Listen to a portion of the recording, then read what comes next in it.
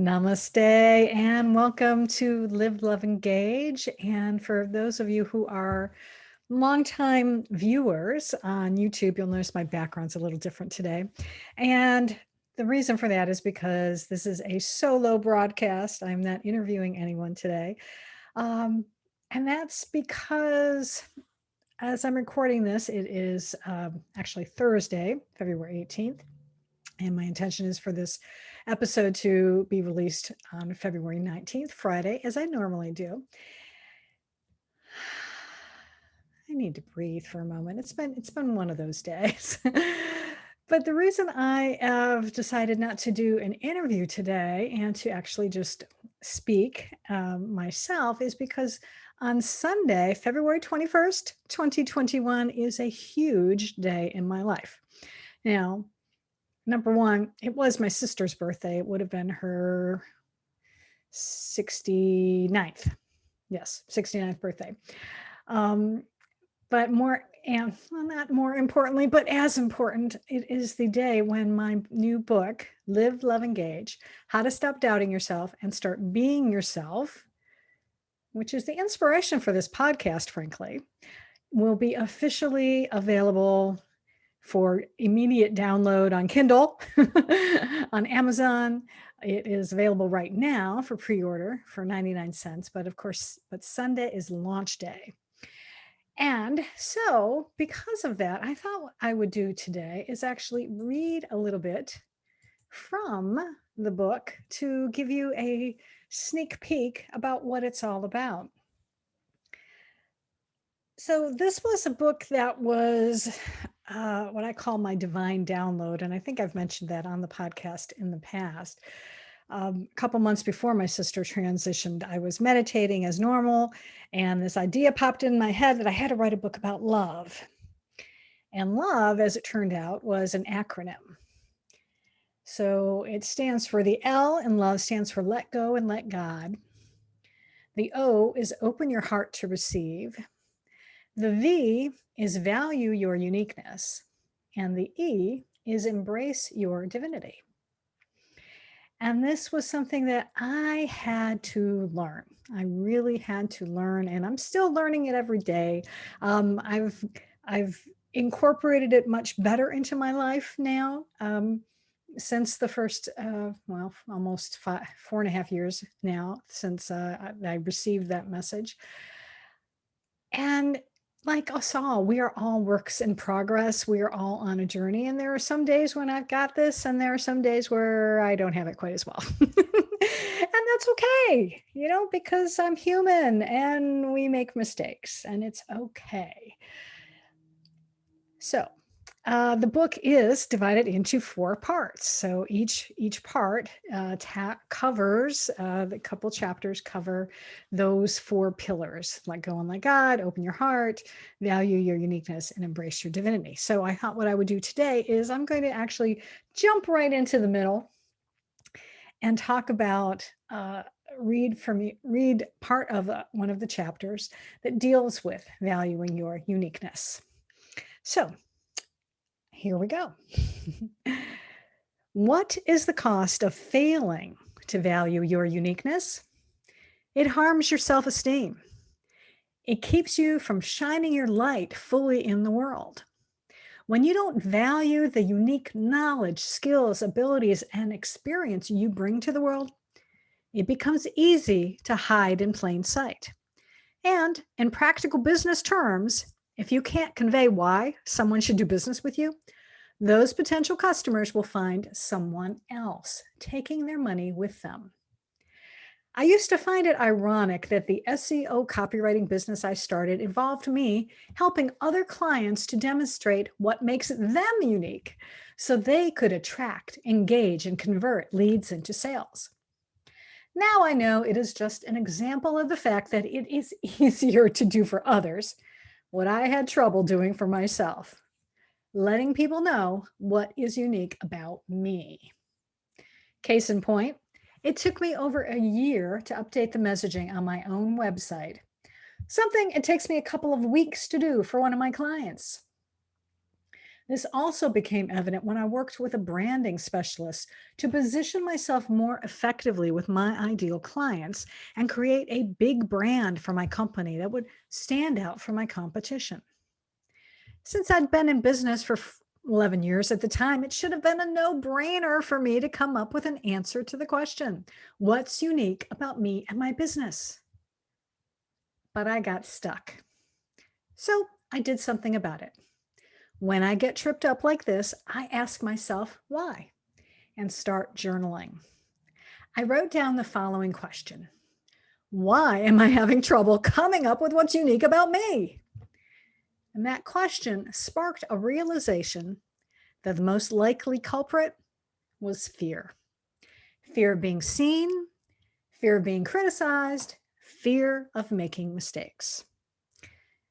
Then I searched my mind to see what was in my past that might have caused me to doubt myself like this and not value my uniqueness. One of the memories that came to mind took place when I was in. It was 1976, the year the United States celebrated its bicentennial. I had a reputation in school as an excellent speller. In fact, I had won the school spelling bee in fifth grade and again in seventh grade. And my classmates figured there was an excellent chance I would win again that year. I hoped so too, because I wanted another chance to compete at the district level, where the winner would advance to compete for the state spelling bee championship. As fate would have it, the very first word I had to spell during the bee in 1976 was bicentennial. And I got it wrong. Going out on the very first word was bad enough, but to have it be bicentennial was the icing on a horrible tasting cake. That word was everywhere in the newspaper, billboards, television commercials, you name it. And I was furious with myself for missing it. The guys in school gave me a hard time about it too. As a result, the story I made up about that event was that if you make a mistake, people are going to tease you and criticize you. It's better to be quiet and not shine your brilliance in the world. This story made perfect sense to me as to why I was having such trouble communicating what's unique about me and why someone should do business with me. I was afraid that if I made a mistake, I would be criticized for it. Growing up, my parents yelled at me for making mistakes, so there was past evidence to justify my fear. There's an expression that says, past performance is no guarantee of future results. I've often seen this statement regarding financial investments, but in this case, I believed my past performance was a strong predictor of future results. Subconsciously, I was afraid that the next time I made a mistake, it would expose me as a fraud, someone who didn't know what they were doing and certainly didn't merit being in business, let alone succeeding in business. Wow. Talk about damned if you do and damned if you don't. The thing is, this fear was not justified at all now that I was an adult. As a business owner, I've been successful in helping my clients achieve their goals. And on the rare occasions when I have made a mistake, I have owned up to it right away.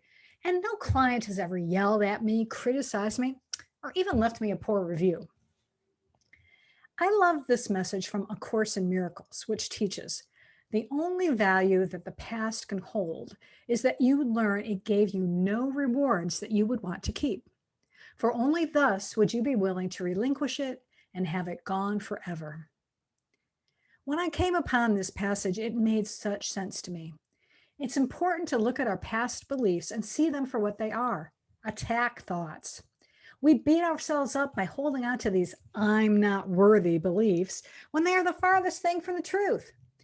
We are unique individuals designed in God's image and therefore invaluable.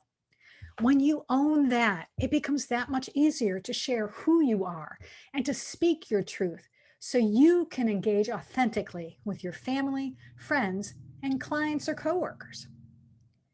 What is your truth? It's your essence. It's the sum total of your talents, skills, abilities, experience, knowledge, and the beliefs you have about them. To value your uniqueness then means to appreciate all of those things and know that they are what makes you who you are at this very moment. And yet, here is the stumbling block we run into. The things we excel at, the things that come easy for us to do, are what we often take for granted. Or and as a consequence, we don't mention them in conversation, or we downplay them on our company website. We do not value them, and as a result, we're not honoring the value we bring into the world. Instead, we go around like Clark Kent with amnesia, not knowing his true identity is Superman. And to carry the analogy further, just as Superman's powers can be diminished by kryptonite, our kryptonite is the limiting belief that we're not worthy. And as Superman's powers diminish when he's surrounded by that glowing rock, we too are metaphorically pinned to the floor, unable to get up and do our job effectively, whether that's running a business or a family.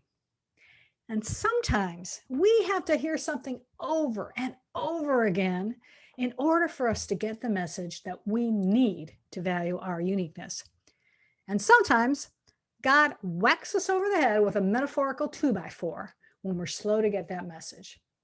And that's what happened to me on Wednesday, December 19th, 2018. So there you have it. And if you want to know what happened to me on Wednesday, December 19th, 2018, guess what? You're going to have to go buy the book. Yep. So it is available at liveloveengagebook.com. And of course, you can go to Amazon as well. But if you go to liveloveengagebook.com, you'll be directed to Amazon, where you can buy the book for 99 cents right now, as of this date of recording, because it won't be that in the future, it will be higher. But for now, and also when you do, you'll have an opportunity to register for a free masterclass that I am conducting on March 3rd at 12 noon Eastern time. It's going to be online via Zoom. And the masterclass is called The Love Method: 4 Surefire Ways to Overcome Imposter Syndrome. And you may notice in that excerpt that I just read from the book where I touch on that a little bit. I'll touch on the feeling of being a fraud. And that's really what imposter syndrome is. So I'm going to go into essentially a mini version of the book, and to be able to give you some pointers on how the love method really can help you. So I think that's going to do it for today. Again, I thank you for watching. Thank you for listening on your favorite podcast platform, wherever you're listening to Live, Love, Engage on. I appreciate you. And I'm really excited about getting this book out there, but also very nervous about it as well, because I am sharing a lot of what happened to me in my childhood and even in adulthood, and some things I'm not exactly proud of. However, all of those mistakes are growth opportunities, and they have been lessons that I have learned. And, sometimes these lessons are painful, but ultimately, if we can really look at them objectively and take away what's good from them, it is for our benefit. And I'm grateful for all of the good and the bad and the ugly that has happened to me over my lifetime, and because it brought me here to where I am today, being able to share this book, being able to share this podcast. And I look forward to writing more, speaking more, doing more interviews, and there will be one next week. You will have one next Friday again, and maybe even next Monday too. We'll see. So until next time, as always, I encourage you to go out and live fully, love deeply, and engage authentically.